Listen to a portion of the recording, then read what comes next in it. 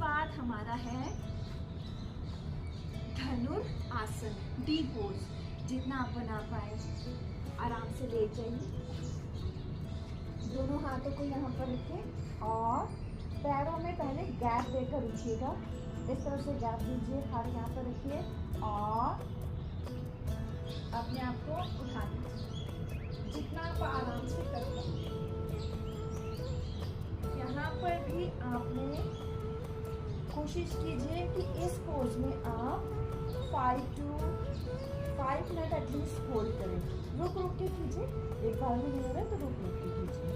okay, next करते हैं